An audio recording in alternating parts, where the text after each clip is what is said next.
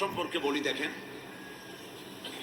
কোরআন শরীফের মধ্যে আল্লাহ পাক বলেছেন, আফালা ইয়ানজুরুনা ইলাল ইবিলি কাইফা খুলিকাত। তোমরা কি দেখো না এই যে উটকে কিভাবে তৈরি করেছে, উটকে কিভাবে সৃষ্টি করেছে, তা কি দেখো না? এর তাফসীর এক এক সময় এক এক রকম হয়েছে। কেউ বলেছেন উট মরুভূমির জাহাজ, কেউ বলেছেন উটের দুইটা হাঁটু, কেউ বলেছেন উট দ্রুতগামী। নানান রকমের ব্যাখ্যা মুফাসসিরিনরা দিয়েছে। কিন্তু এটা তো বিজ্ঞানের যুগ। এই বিজ্ঞানের যুগে লোকেরা চিন্তা করেছেন, আল্লাহ এত জিনিস রেখে উটের কথা কেন বললেন? উট কেমনে বানাইছি তা কি দেখো না? এই কথা কেন বললেন? উটের উপর রিসার্চ করা হলো। উটের উপর রিসার্চ করে দেখা গেল আল্লাহ পাকের এই আয়াতের তাফসীর এভাবে বেরোলো। গোটা দুনিয়ার মানুষ যারা এই তাফসীর পড়লো, এই ব্যাখ্যা পড়লো, তাদের চক্ষু, জ্ঞানের চক্ষু খুলে গেল। আফালা ইয়ানজুরুনা ইলাল ইবিলি কাইফা খুলিকাত। উটটারে কেমনে বানাইছি? উট কোথায় থাকে? মরুভূমিতে। উটের আবাসভূমি কোথায়? মরুভূমি। মরুভূমি থেকে পানি সবসময় পাওয়া যায়?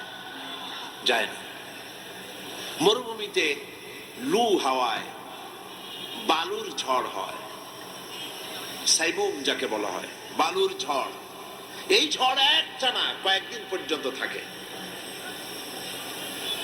উটের মধ্যে আল্লাহ পাক বাহ্যিক যত দৃশ্য দেখা যায়, এর থেকে ভেতরে আরো কিছু জিনিস রেখেছেন যা এই বিজ্ঞানের যুগে আবিষ্কার হয়েছে। সেগুলি কি? সেগুলি হলো পৃথিবীর প্রত্যেকটা প্রাণী যতটা অক্সিজেন বাতাস থেকে গ্রহণ করে সবটা বের করে দেয় নাক দিয়ে, কার্বন ডাই অক্সাইড করে বের করে দেয়। যতটা নিল ততটা বের করলো। উট একমাত্র প্রাণী যতটা অক্সিজেন বাতাস থেকে নেয় তার 2/3 বের করে দেয়, আর 1/3 অক্সিজেন ভিতরে রাখার জন্য আল্লাহ একটা চেম্বার তৈরি করে দিয়েছেন, ওখানে জমা থাকে। পানি যতটা খায় ততটা পেশাব করে সে ফেলে দেয় না।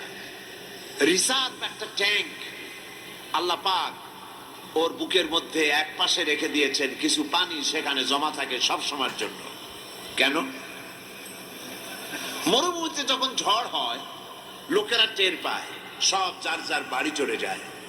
উটগুলি মরুভূমিতে ঘুরে ফেরে আর কাঁটা কোটা যেখানে যা পায় তাই খায়।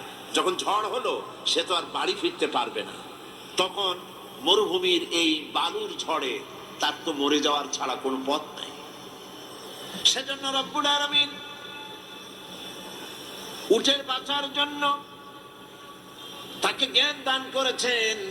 যখনই বালুর ঝড় শুরু হয়ে যায় উট বুঝতে পারে, সে তখন সামনের ঠ্যাং দিয়ে, সামনের পা দিয়ে বালু খুঁড়ে তার ভিতরে গলাটা 1.5-2 হাত মাটির নিচে নিজের মাথাটা পুরি দিয়ে যতক্ষণ ঝড় না কমতেছে 2 দিন 3 দিন 4 দিন 5 দিন পর্যন্ত মাটির ভিতরে বালুর ভিতরে মাথা দিয়ে থাকবে। অক্সিজেনের অভাবে মরবে না, পানির অভাবেও মরবে না। দান করেছেন যখনই বালুর ঝড় শুরু হয়ে যায় উট বুঝতে পারে, সে তখন সামনের ঠ্যাং দিয়ে, সামনের পা দিয়ে বালু খুঁড়ে তার ভিতরে গলাটা 1.5-2 হাত মাটির নিচে নিজের মাথাটা পুরি দিয়ে যতক্ষণ ঝড় না কমতেছে 2 দিন 3 দিন 4 দিন 5 দিন পর্যন্ত মাটির ভিতরে বালুর ভিতরে মাথা দিয়ে থাকবে। অক্সিজেনের অভাবে মরবে না, পানির অভাবেও মরবে না। আফালা ইয়ানজুরুনা ইলাল ইবিলি কাইফা খুলিকাত। দেখো না উটটারে কেমনে বানাইছি।